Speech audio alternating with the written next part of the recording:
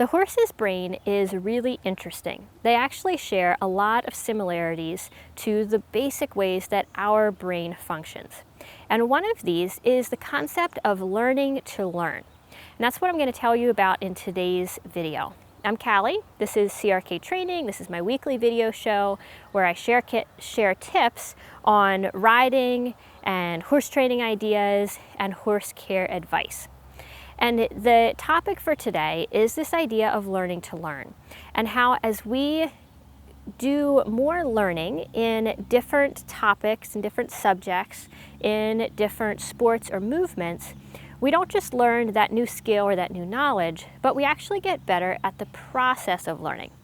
And the same thing happens for our horses. And when we can understand not only how this happens, but also some of the pitfalls that can potentially prevent it from happening, and then prevent all of those good benefits of the horse being an active participant in the training, in their learning, we can be so much more effective as riders, and we can have much more positive interactions with our horses. There's two main concepts to this idea of learning to learn.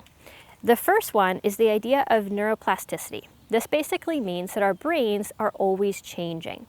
So when we learn a new movement skill, and when we start going out and learning different movement skills, maybe we do yoga and then we do a form of dance and we're also riding, our brain gets better at essentially, it maps more for the areas of the body that we're using, and it's going to get better at more quickly picking up those new movement skills.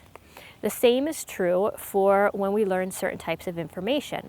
Our brain gets better at processing information, deciding what's relevant, and deciding what to remember and store. And this happens for our horses as well.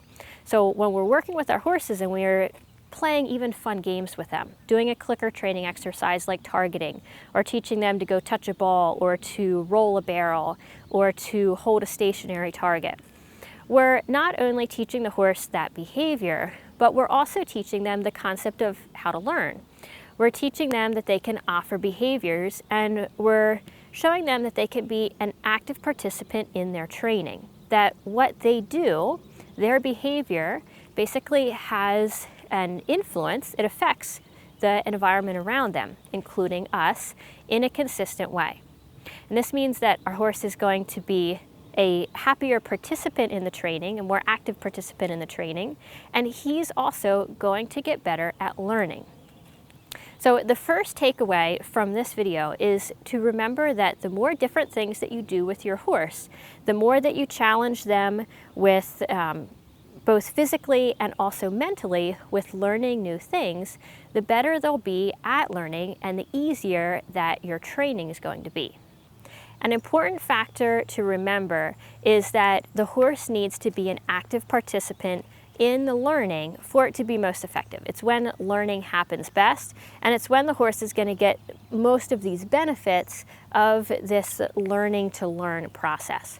So there's a few common pitfalls that make the horse less of an active participant, and there's 4 that I'm going to talk about here.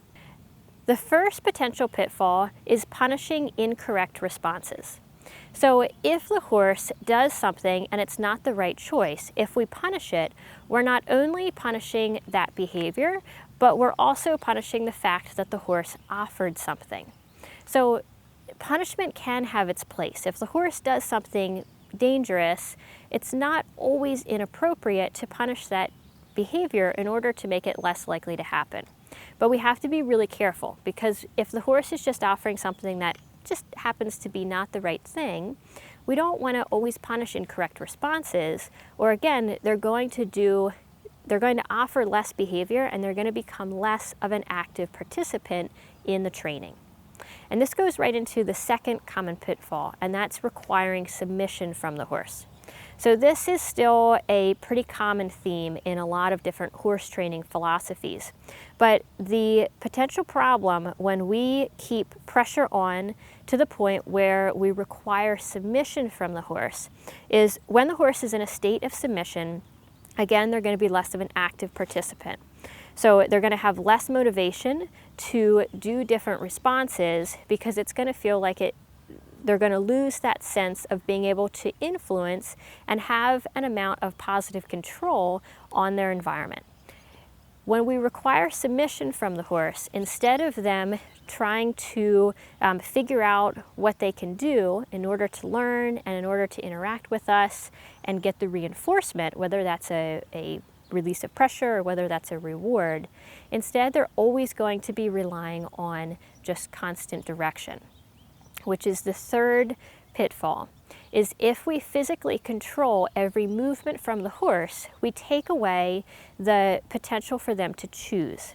And in training, there's a phrase called choice points, and it basically means that when the horse makes a choice, when we can reward him at that moment, he's going to remember whatever he did there much more clearly for the next time.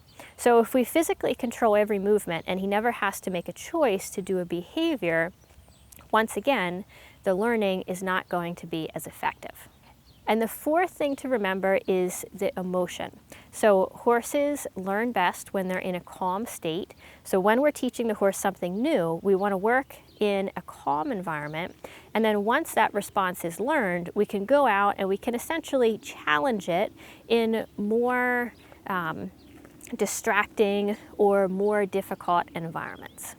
If you avoid these potential pitfalls and you keep in mind that the more different things you do with your horse, the better he will become at learning, then you can have a happy horse who looks forward to your interactions, to your rides, and your training sessions. So I hope you enjoyed this video. I would love to hear from you. I want you to leave me a comment and just tell me something that you've done with your horse or with the horses that you get to interact with in a lesson program that seems to have affected them in a different way. I'll look forward to your comments. As always, if you're watching this anywhere besides crktrainingblog.com, that's where the best conversation happens. There's loads of other resources and videos for you there. And if you're on YouTube, subscribe to the channel so that you never miss any more of these videos.